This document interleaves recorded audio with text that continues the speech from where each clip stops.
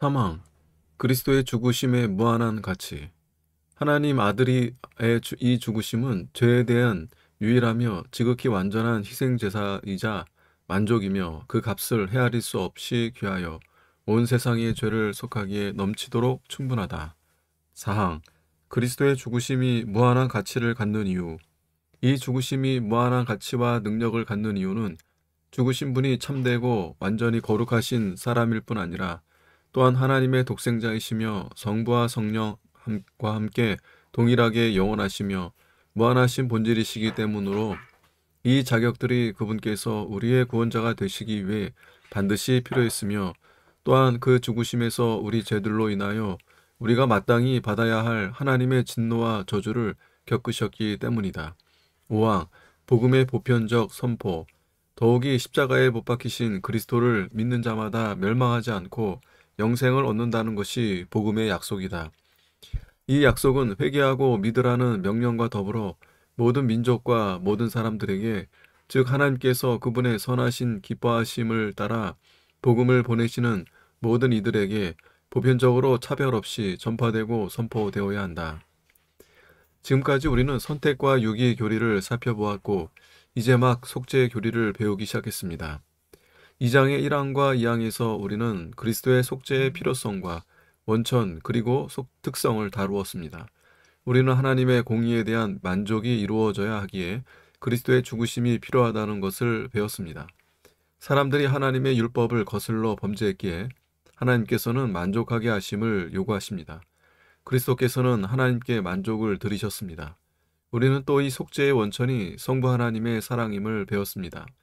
속죄의 특성에 대해 우리는 이것이 기본적으로 대속의 속죄, 즉 택함받은 자를 대신하여 이루어진 대리사역임을 살펴보았습니다. 3항에서 5항은 그리스도의 속죄의 가치를 가르쳐 줍니다. 또 누구에게 복음을 설교해야 하고 누구에게 구원을 선포해야 하는지도 가르쳐 줍니다. 3항에서 우리 선조들은 그리스도의 속죄의 보편적 충분성을 언급합니다. 하나님의 아들의 죽으심은 죄에 대한 유일하고 가장 완전한 희생제사며 무한한 가치가 있습니다. 하나님의 아들의 죽으심은 온 세상의 죄를 속하기에 넘치도록 충분합니다. 그리스도의 희생제사가 보편적 충분성을 가진다고 말할 때 이는 보편 구원과 같은 것이 있다는 말을 하는 것이 아닙니다. 보편적 충분성은 단지 그리스도의 죽으심이 오직 택함받은 자들에게만 효력을 미치긴 하지만 그것 자체로는 모든 사람에게 충분하다는 것을 뜻할 뿐입니다. 하나님께서 모든 인류를 구원하기를 원하셨을 경우에라도 그리스도께서 겪으신 고난보다 더 많은 고난을 겪을 필요가 없으셨습니다. 그리스도께서는 온 세상, 즉 온 인류의 죄들에 대한 하나님의 진노를 짊어지셨습니다. 온 인류의 죄는 나눌 수가 없습니다. 택함받은 자들의 죄들과 유기자들의 죄들을 나누는 것은 불가능합니다. 인류는 하나기에 그 모든 지체가 하나님의 진노에 놓여 있습니다. 그러하기에 그리스도께서 택함받은 자들을 구하시려면 그분께서는 모든 인류의 죄에 대한 하나님의 진노를 겪으셔야만 했습니다. 그리스도의 사역의 충분함에 대해서는 모든 사람이 구원을 받든 소수만 구원을 받든 아무 차이가 없습니다. 비록 그리스도께서 오직 죄인 한 명만 구원하시기 위해 보내심을 받으셨을지라도 그리스도께서는 겟세마네와 갈보리에서의 고난을 겪으셔야 했을 것입니다. 이 문제를 쉽게 이해하도록 단순한 예 하나를 드리겠습니다. 만약 소방관이 불타는 집에 들어가려 할 때 한 번에 한두 명을 구하나 10명을 구하나 아무 차이가 없습니다. 소방관은 한두 명을 구하나 10명을 구하나 똑같은 열에 노출되어야 하고 똑같은 불길 속을 통과해야 합니다. 그리스도의 죽으심이 무한한 가치가 있고 온 인류의 죄를 속죄하기에 넘치도록 충분하기에 복음을 온 세상에 설교해야 합니다. 그리스도의 죽으심이 지닌 가치의 무한함은 그리스도께서 하나님이시라는 사실에서 나옵니다. 그리스도께서는 단지 사람이 아니십니다. 그리스도께서는 또한 참 하나님이십니다. 그리스도께서는 성부와 성령과 동일하시며 그리스도의 신성이 자신이 들이신 희생제사에 무한한 능력과 가치를 줍니다. 그리스도께서 들이신 속죄가 모든 것에 충분하게 우리가 설교하는 복음은 하나님께서 당신의 종들을 보내시는 모든 사람에게 모든 인류에게 선포할 수 있는 복음입니다. 우리는 그리스도의 보혈이 무한한 가치가 있다고 말할 수 있습니다. 그리스도의 보혈에는 모든 죄인이 그리스도의 보혈로 나온다 할지라도 죄인들을 모두 구할 수 있는 능력이 있습니다. 따라서 모든 이에게 복음을 설교해야 합니다. 그리스도의 속죄의 무한한 가치와 충분성, 그리고 그에 따른 보편 설교가 5항의 주제며 오늘 우리는 여기에 주로 초점을 맞출 것입니다. 더욱이 십자가에 못 박히신 그리스도를 믿는 자마다 멸망하지 않고 영생을 얻는다는 것이 복음의 약속이다. 도르트 총회 때 아르미니우스주의자들은 칼빈주의자들이 복음을 모든 이에게 설교하지 않는다고 비방했습니다. 아르미니우스주의자들은 당신들의 제한 속죄 교리와 선택 교리에서는 모든 사람에게 복음을 전하는 것이 불가능하다. 당신들은 택함받은 자들을 향해서만 설교하도록 제한해야 한다고 말했습니다. 모든 이에게 복음을 전하기 위해서는 보편 속죄 교리, 즉 그리스도께서 모든 사람을 위해 죽으셨다는 교리가 필요하다고 아르미니우스주의자들은 믿었습니다. 우리 칼빈주의 선조들은 이런 주장에 동의하지 않았습니다. 칼빈주의 선조들은 성경이 우리에게 우리가 그리스도의 죽음의 가치에 대해 어떻게 생각하든지 상관없이 모든 이에게 복음을 설교해야 함을 명백하게 가르친다고 믿었습니다. 그리스도께서는 자신의 제자들에게 너희는 온 천하에 다니며 만민에게 복음을 전파하라고 말씀하셨습니다. 그리스도의 이 선교 명령 때문에 사도들과 그 후계자들은 하나님께서 자신들을 보내시는 모든 곳에 먼저 유대인들 그리고 이방인들에게 복음을 설교했습니다. 사도들과 그 후계자들은 유럽의 여러 나라에도 복음을 전하러 갔고 이후에는 모든 대륙에 복음이 이르렀습니다. 유일한 제한은 하나님께서는 당신이 기뻐하시는 사람들에게 복음을 보내신다는 것입니다. 유일한 제한은 아직 하나님께서 복음을 모든 나라에 보내지 않으신 것입니다. 복음의 기쁜 소식을 전혀 들어보지 못한 족속들이 여전히 있습니다. 하지만 이것이 유일한 제한입니다. 복음이 나아가는 곳마다 복음은 모든 이에게 설교될 수 있고 또 그래야만 합니다. 우리 선조들은 보편 속죄 교리로 보편 설교를 뒷받침해야 한다고 생각하지 않았습니다.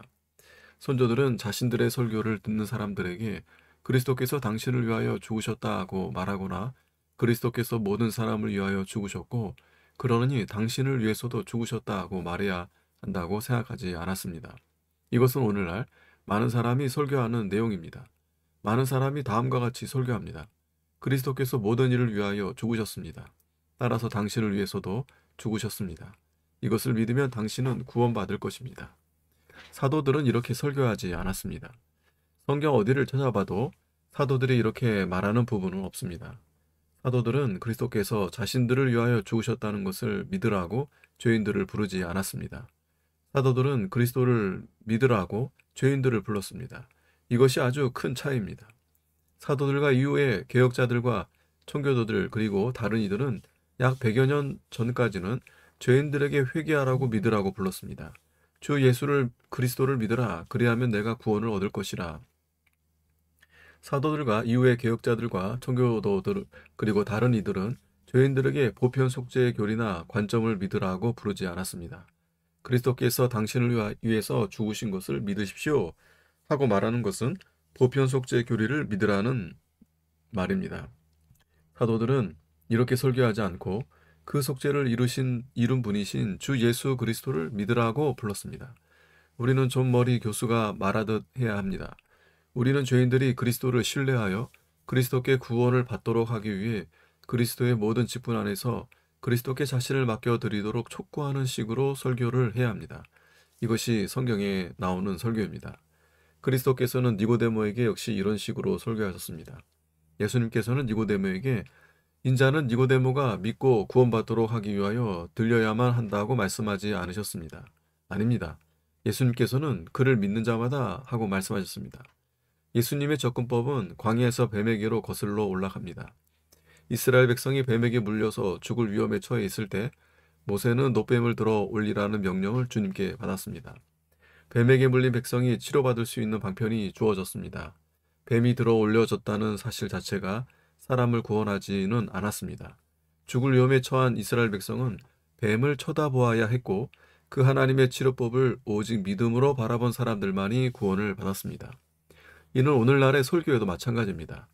설교자들은 십자가에 못 박히신 그리스도를 들어 올리고는 죄인들에게 말합니다. 십자가에 못 박히신 그리스도를 믿는 자마다 모두 구원을 얻으리라.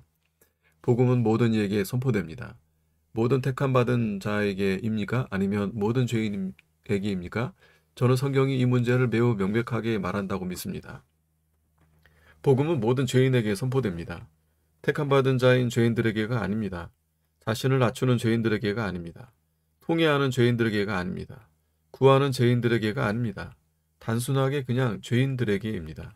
빛보다 모든 사람이 받을 만한 이 말이요, 그리스도 예수께서 죄를 구하시려고 세상에 임하셨다. 디모데전서 1장 15절. 우리는 죄인들에게 설교해야 합니다. 오직 겸비하게 되고 죄를 깨닫고 죄에 대한 하나님의 심판을 인정하는데 이르고 구원자에 대한 필요에 눈뜬 사람들만이 그리스도께로 나온다는 것은 사실입니다. 하지만 만약 우리가 오직 자신을 낮추고 회개하며 구하는 이들에게만 복음과 복음의 약속들을 선포한다면 실수하는 것입니다. 왜 문제입니까? 왜냐하면 자신이 충분히 낮아지고 죄를 통회하지 않는다고 생각하는 사람들은 바로 성령께서 이미 자신의 죄와 직책을 확신하게 해주신 사람들이기 때문입니다. 아직 죄가 가려지지 않은 사람들을 향한 복음 설교에서 이 복음은 오직 그리스도가 필요하다고 충분히 느끼는 사람들만을 위한 것입니다 하는 말을 듣게 되면 아직 죄가 가려지지 않은 사람들은 저는 제가 그리스도가 필요하다고 충분히 느끼지 못하는 것이 두려워요 하고 말할 것입니다. 아직 죄가 가려지지 않은 사람들은 자신이 복음을 받을 자격이 없다고 생각해서 자신들에게 주어진 약속들을 감히 붙잡으려 하지 않을 것이고 그래서 복음은 아직 죄가 가려지지 않은 사람들을 그냥 지나쳐 버릴 것입니다.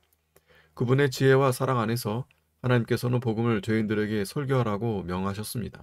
그렇기 때문에 죄인들에게 복음을 믿어도 된다는 허락과 보증은 죄인들 안에서 나오지 않습니다.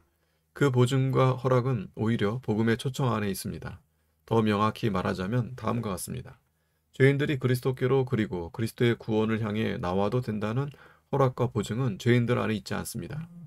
비록 죄인들을 그리스도께로 나오게 하시는 것이 죄인들 안에 역사하시는 성령님의 사역이라 하더라도 말입니다. 그 보증은 오직 복음의 값없는 제한에 있으며 다른 곳에는 없습니다.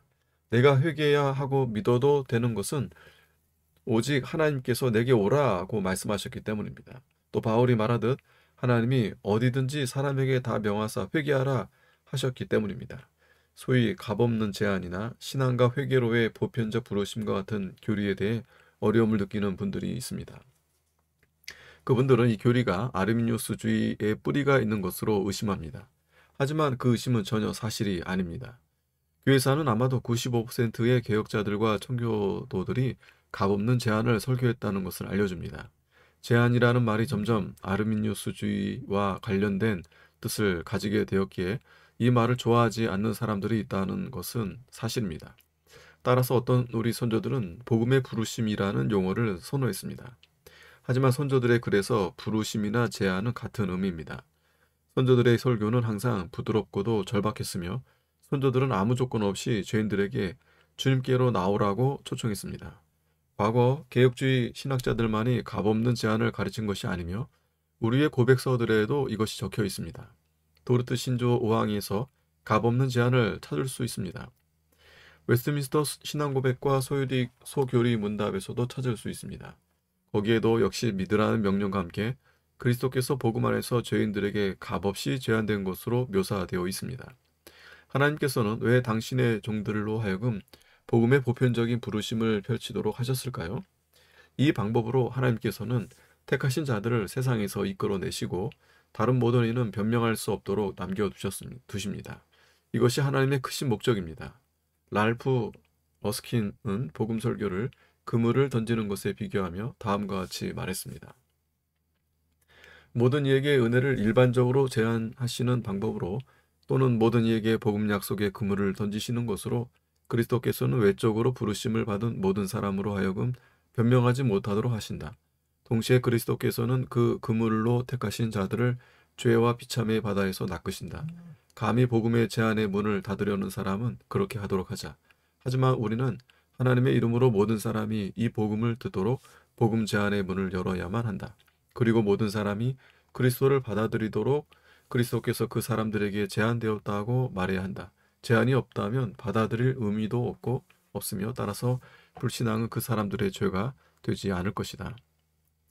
하나님께서는 일반적인 제한이나 부르심을 설교하게 하심으로 사람으로 하여금 변명할 수 없게 만드십니다. 반역과 사악함 가운데 복음에 대항하고 거부하는 사람들은 결코 자신들이 복음의 제안을 받지 못했다고 말할 수 없습니다. 우리는 하나님께서 모호하거나 불성실하다는 비난을 감히 할 수 없습니다. 왜냐하면 하나님께서는 이 설교에서 자신의 기뻐하시는 뜻이 무엇인지를 분명히 말씀하시기 때문입니다. 하나님께서 기뻐하시는 뜻은 회개하고 믿는 자는 구원받으리라입니다. 다른 옛 저자인 존 버너는 다음과 같이 썼습니다. 신뢰하지 않으면 속지 않는다. 다른 말로 하면 죄인들이 하나님께서 보내신 복음을 신뢰하고 의지하지 않는다면 죄인들은 나중에 하나님께 자신이 속았다고 말할 수 없습니다. 왜냐하면 죄인들은 하나님께서 믿고 회개하라고 명하신 바대로 믿고 회개하지 않았기 때문입니다. 이것은 도르트 신조가 다음 장 셋째, 넷째 교리의 파랑에서 말하는 바이기도 합니다. 복음으로 부르심 받은 사람들 모두는 진실하게 부르심을 받는다. 하나님께서는 자신이 기쁘게 여기시는 것을 가장 진실하고 참되게 그분의 말씀에서 선포하셨다. 즉 부르심을 받은 모든 이들이 이 청함에 응해야 한다는 것이다. 더욱이 하나님께서는 그분께로 나아와 그분을 믿는 모든 사람들에게 영혼의 안식과 영생을 진지하게 약속하신다. 우리의 논리로 성경에 있는 모든 것을 완전히 이해할 수는 없습니다. 모순이나 충돌이 있는 것처럼 보이는 부분이 있습니다. 하지만 저는 하나님께는 그런 모순이 있을 수 없다고 확신합니다. 어스킨이 말하듯이 하나님께서 그분의 택하신 자들을 죄와 비참의 바다에서 낚으시고 다른 이들은 변명을 할 수 없도록 하신다는 식으로 이것을 이해하는 것에 만족합시다. 비성경적으로 이루어지는 값없는 제안의 설교 형태가 있다는 것은 사실입니다. 매우 신실한 사람들 중 몇몇 분들이 값없는 제안 설교를 의심하는 것은 아마도 이런 이유 때문일 것입니다. 그리스도께서 중생하지 않은 모든 자연인이 좋아할 만한 분이신 것처럼 구원의 제안을 설교하는 사람이 많이 있습니다.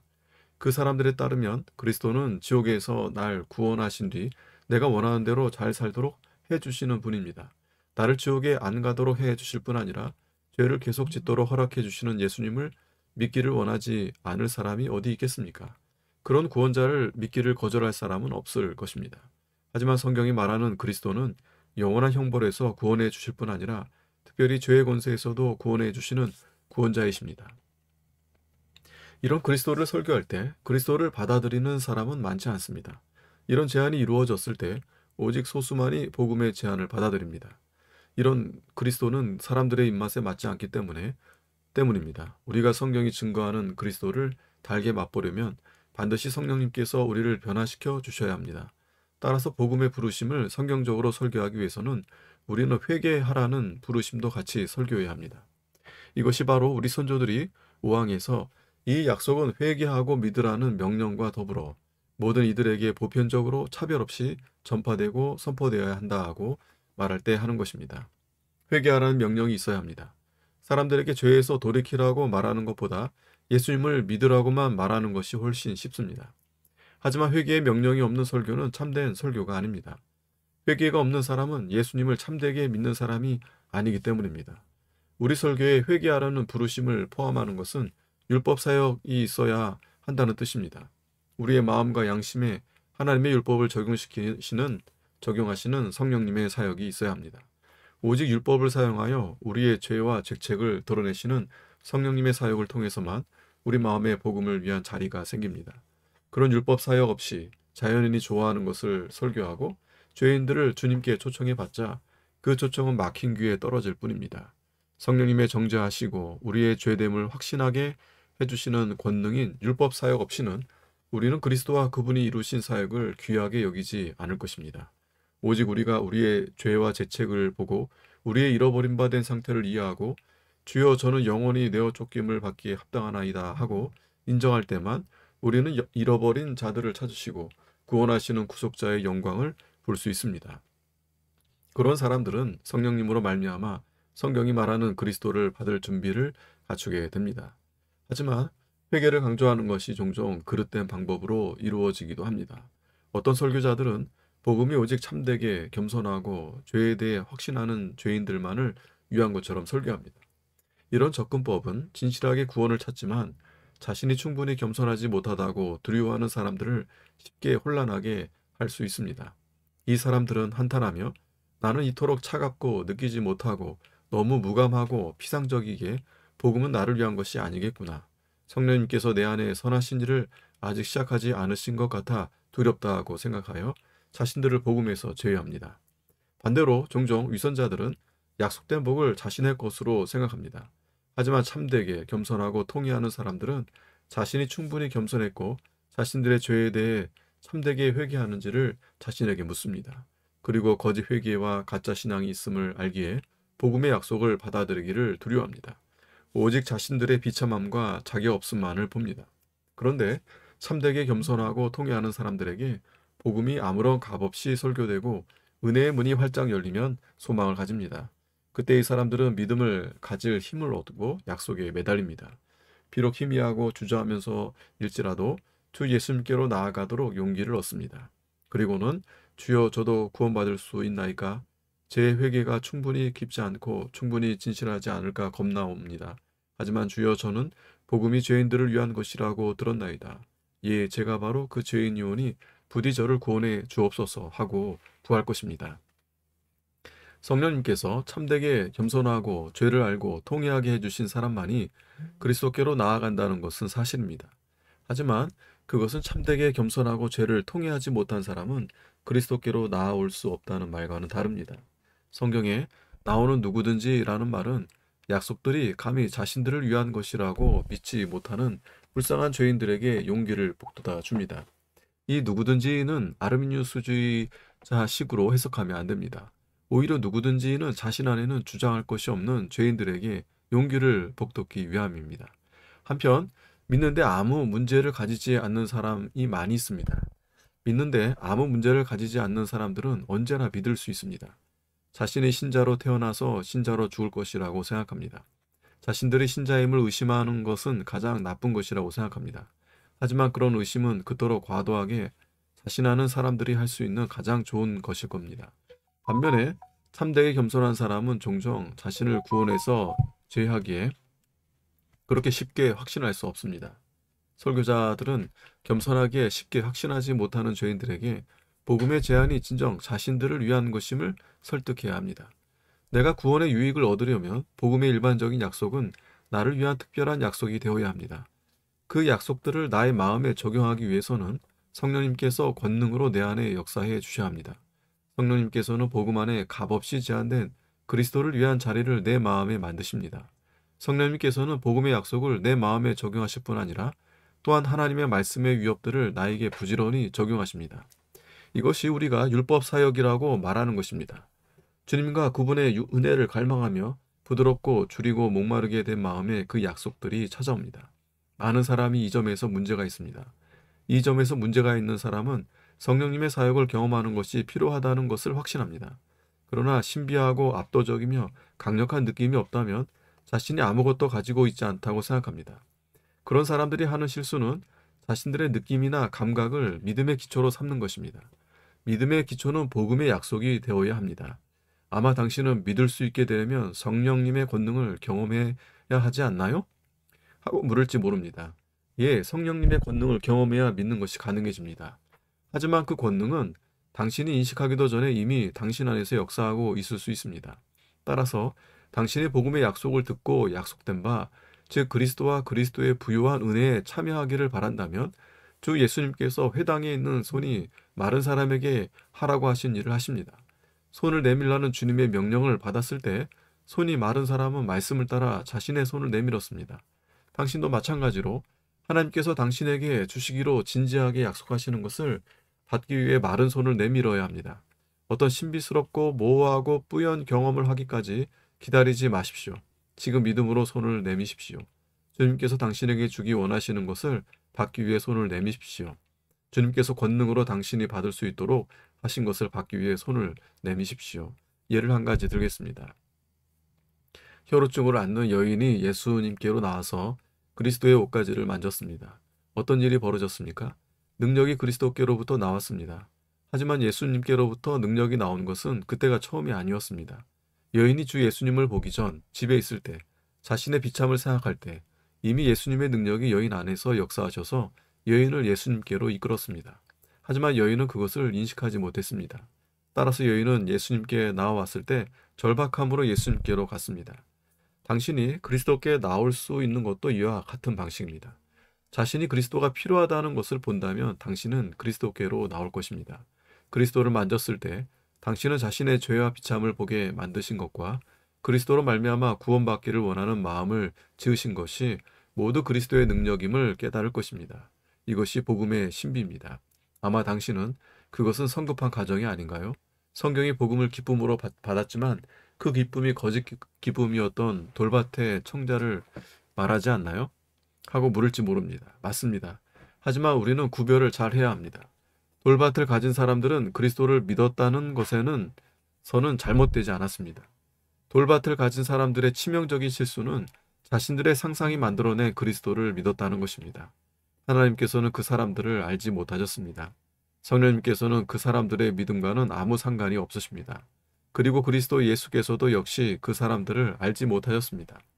당신이 진정 바라는 것이 하나님께서 교회 선지자, 제사장, 왕으로 주신 주 예수 그리스도로 말미암아 구원받는 것이라면 당신의 손을 그리스도께로 내미는 것은 아무 잘못이 없습니다. 그것은 주제넘은 것이 아닙니다. 설교자가 확실히 성경이 말하는 그리스도를 설교한다면 그런 그리스도를 믿는 믿음이 참되지 않을 위험은 없습니다. 본성상 아무도 성경이 말하는 예수님을 원하지 않기 때문입니다. 예수님께서 설교를 시작하셨을 때 많은 무리가 그분을 따랐습니다. 무리는 예수님을 자신들을 로마에서 구해낼 그리스도로 생각했습니다. 무리는 예수님을 좋아했고 믿었습니다. 하지만 예수님께서 자신들이 기대하는 그런 그리스도가 아니라는 것을 알기 시작하면서부터 또 예수님께서 인간의 죄된 본성에 반하는 교리들을 설교하기 시작하셨을 때 많은 사람이 예수를 버렸습니다. 요한복음 6장은 그때부터 무리 중 많은 이가 예수님을 떠났다는 것을 말해줍니다. 너무 많은 이가 떠나갔기에 예수 그리스도께서는 제자들에게 물으셨습니다. 너희도 가려느냐? 왜 사람들은 예수님을 떠났습니까? 그리스도께서 자신의 위격과 사역을 말씀하실 때 성부께서 죄로부터의 위대한 구원의 사역을 행하도록 주신 분으로 자신을 계시하셨기 때문입니다. 우리 신앙의 대상은 성경이 말하는 예수님이어야만 합니다. 예수님을 영접하는 것이 주제넘은 것이 아닌 이유는 예수님을 영접하는 것은 하나님께서 우리에게 하라고 명하신 것을 행하는 것이기 때문입니다.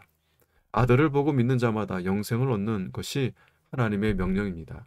이것이 예수 그리스도 안에서 은혜로우신 하나님의 복음입니다. 이것이 죄인들을 불쌍히 여기시는 하나님께서 우리에게 주시는 복음입니다. 양심이 당신을 머뭇거리게 하지 마오. 어떤 자격을 꿈꾸지 마오. 주께서 요구하시는 모든 자격은 주님이 필요하다고 당신이 느끼는 것이요. 그것을 주께서 당신에게 주시니 이것이 성령에 떠오르는 빗줄기로라. 지치고 힘든 자여 오라. 잃어버린 바 되고 타락으로 망가진 이여 오라. 스스로 더 나아질 때까지 지체한다면 당신은 결코 나아올 수 없을 것이오니 의로운 자가 아니라 죄인들을 부르시러 예수님께서 오셨도다. 세상의 모든 죄를 속하기에 충분한 무한한 구원과 넘치는 속죄가 여기 있습니다. 이 구원과 속죄는 죄인 중 괴수라도 구원할 만큼 충분합니다. 어떤 죄인도 주님께 나아갈 때 주님께서 미안하다, 내 마지막 복을 방금 써버렸다 하고 말하실까봐 두려워할 필요가 없습니다. 이 일은 에서가 자신의 아버지 이삭이 최고의 복을 야곱에게 주어버린 것을 알았을 때 일어난 일입니다. 하지만 이런 일은 그리스도께로 도망하는 죄인에게는 결코 일어나지 않을 것입니다. 수세기 동안 수많은 사람이 그리스도의 피로 씻김을 받았지만 여전히 그리스도의 보혈은 남아 있습니다. 그 샘은 결코 마르지 않습니다. 이것을 믿고 복음의 약속에 당신의 모든 것을 내보십시오. 그리하면 당신은 결코 수치를 당하지 않을 것입니다. 아멘.